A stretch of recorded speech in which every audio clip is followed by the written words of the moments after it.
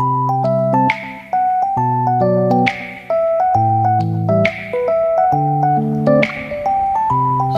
সকাল বন্ধুরা, life of বকুলে তোমাদের সবাইকে ওয়েলকাম।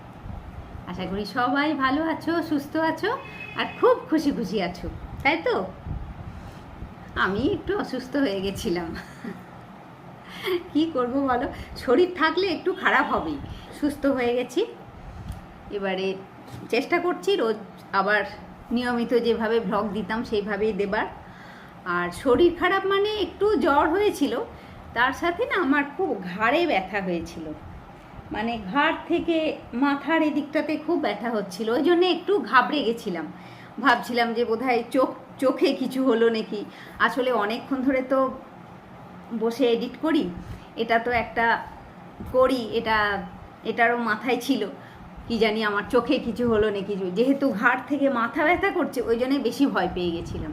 তো ওই জন্যে মানে বাকি যে দুদিন যে আমি ভিডিও করিনি, সেই দুদিন যে সব কিছু ছেড়ে দিয়ে আমি শুয়েছিলাম এমন ব্যাপারটা নয়, সবই করেছি। কিন্তু ভিডিও এই জন্যেই করিনি, ভিডিও করলেই আমাকে বসে এডিটও করতে হবে, তাহলেই আর আবার সেই চাপটা পড়বে। ওই জন্যেই যাতে আমার মানে চোখে বা ঘাড়ে আর চাপ না পড়ে। আর এডিট করতে গেলে যতই টেবিলে বসেই করি, আর যেভাবে একটু তো ঘাড়টাকে এক ইয়েতে বসে ঘাড়টা নিচু করে করতে হয়। আর আমি এই বয়সে এসে আমার একটু এডিট করতে চাপই হয়। অল্প বয়সীরা চটপট পেরে যায়, তাদের অসুবিধা হয় না, কিন্তু আমার একটু সময়ও লাগে। তো সেই জন্যেই আমি আরও ভিডিও করিনি। তো ঠিক আছে, আজ থেকে তো আবার শুরু করলাম। আজকেও বেশি ভিডিও আমি করছি না, এই একটুখানি তোমাদের সঙ্গে বসে যে আমি যে সুস্থ হয়েছি এটাই তোমাদেরকে জানিয়ে দিই। না হলে তোমাদেরও সবারই মনে হচ্ছে যে কি হলো, সবাই মেসেজও করছো। সুস্থ হয়েছি, এমনি ভালোই আছি। আজকের ভিডিও এই একটু তোমাদের সঙ্গে বসে গল্প করে নিয়ে আগে মানে শরীর খারাপের আগে আমি একদিন আলু দিয়ে একটা পকোড়া বানিয়েছিলাম, সেটার ভিডিও করেছিলাম। তো এটার সঙ্গে সেই ভিডিওটা দিয়ে দেবো আর কি। তো আমাদের পাখিগুলো তো বেশ বড় হয়ে গেছে, তার মধ্যে দুটো ছানা তো উড়ে চলে গেছে, একটা ছানা এখনো আছে বাসার মধ্যেই বসে আছে, একটা ছানা। তো সেইটা বোধহয় মানে 3 জন ছিল, তো 3 জনের মধ্যে সবথেকে ছোট যে সে বোধহয় এখনো ছানাটা বাসাতেই আছে, বাকি 2 জন উড়ে চলে গেছে। মাগুলো অবশ্য খেয়াল করে, মা বাবা খেয়াল করে বাচ্চাগুলোকে। মানে আমার সারাদিনে কতবার যে ওই বারান্দায় গিয়ে বাচ্চাগুলোকে একবার দেখি তার ঠিক নেই। আবার বেশি কাছে যায় না, কাছে গেলে আবার মা বাবাগুলো ভয় পেয়ে যায়, ভাবে যে আমি বোধহয় মারতে যাচ্ছি, ওই সমানে এসে আওয়াজ দিতে থাকে আর কি। ওই জন্য বেশি কাছে আর যায় না, একটু দূর থেকেই দেখি এখন। তো ঠিক আছে, এই আর কি। আর বাকি দেখি, আর চেষ্টা করছি কাল থেকে আবার যেমন ব্লগ দিচ্ছিলাম সেরকম আবার দিতে চেষ্টা করব আর কি কালকে থেকে। আজকের দিনটা এই অবধিই থাক। চলো, এরপরে ওই যে একটা পকোড়া বানিয়েছিলাম, মানে এটা পুরনো ভিডিও, শরীর খারাপের আগের একটা ভিডিও। তো সেই দিনই বানিয়েছিলাম আর কি আলুর পকোড়াটা, টিফিনের জন্য বানিয়েছিলাম।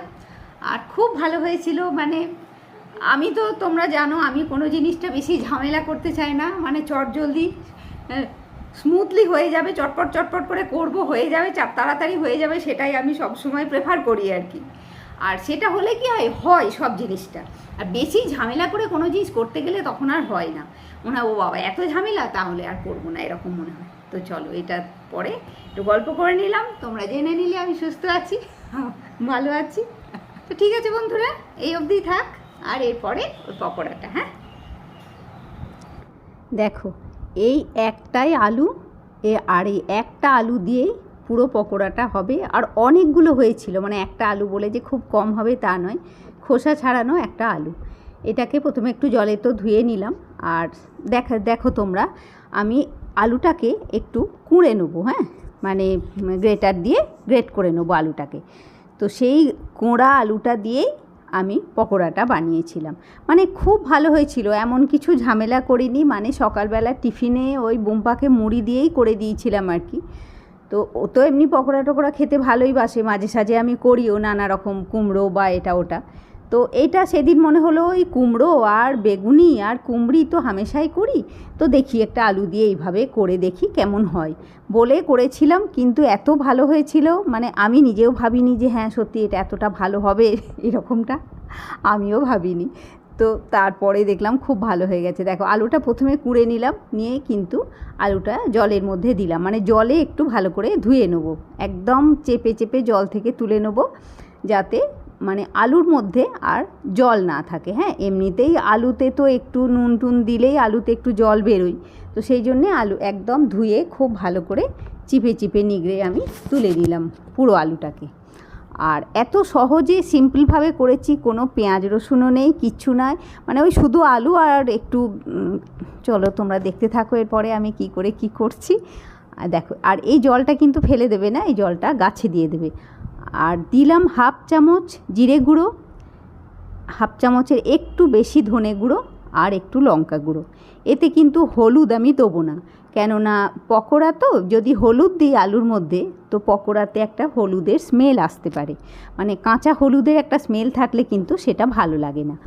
আর হলুদের প্রয়োজনও নেই, দেখো এই ধনে জিরে আর লঙ্কা গুঁড়োটা দিয়ে মাখলাম, তাতেই কতটা হলুদ হয়ে গেল।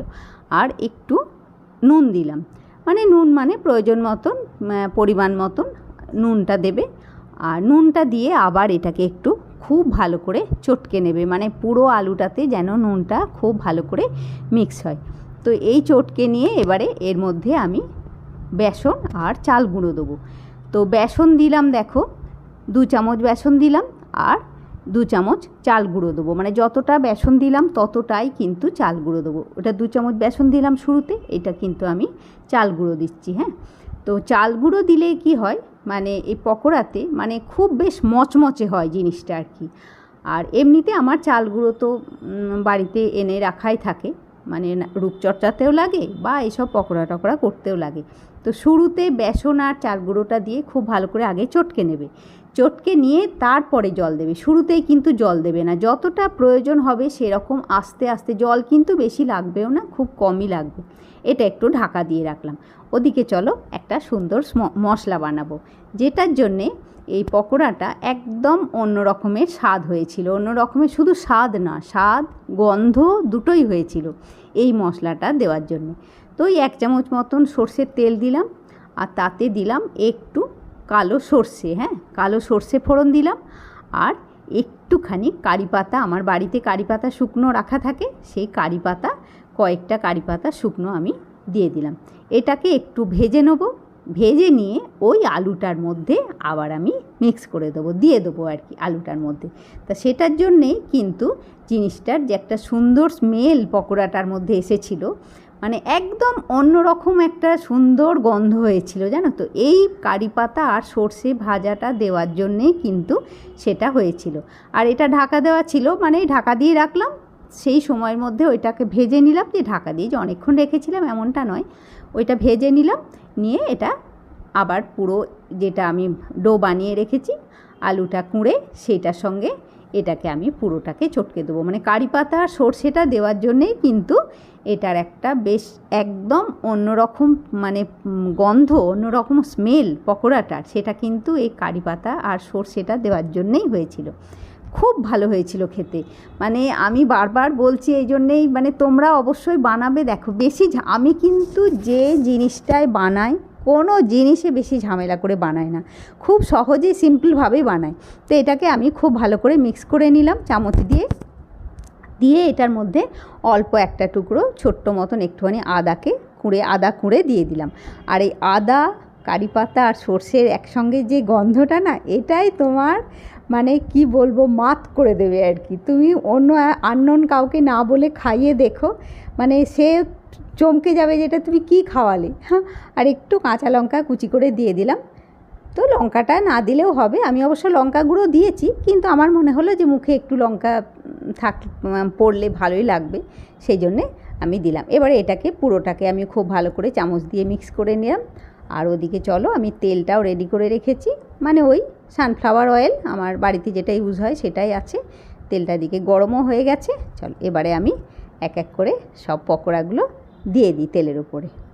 আর গ্যাসটা মোটামুটি সিমে গ্যাসেই ভাজা হবে।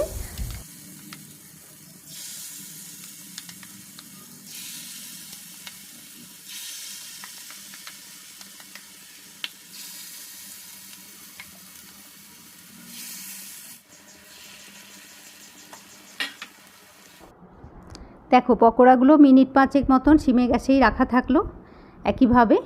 আর আমি এবারে সব পকোড়াগুলোকে কিন্তু আবার উল্টে দিচ্ছি। হ্যাঁ, আর এটাও আবার মিনিট 5 আবার ওই একইভাবে ভাজা হবে।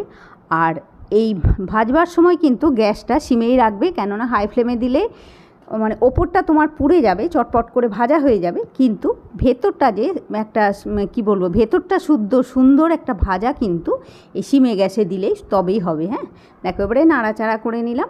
আমি কিন্তু এবারে সব পকোড়াগুলো তুলেই নিলাম। হ্যাঁ, দেখো এক এক করে সব পকোড়াগুলো তুলে নিচ্ছি। আর তেলও যে খুব বেশি লাগে তা না, কেননা আলু দিয়ে তো, আলুতে তো খুব একটা বেশি তেল টানে না, আলু দিয়ে ভেজেছি। আর আমি যে হাই ফ্লেমে চটপট করে পুড়িয়ে ভেজে নিয়েছি তাও নয়।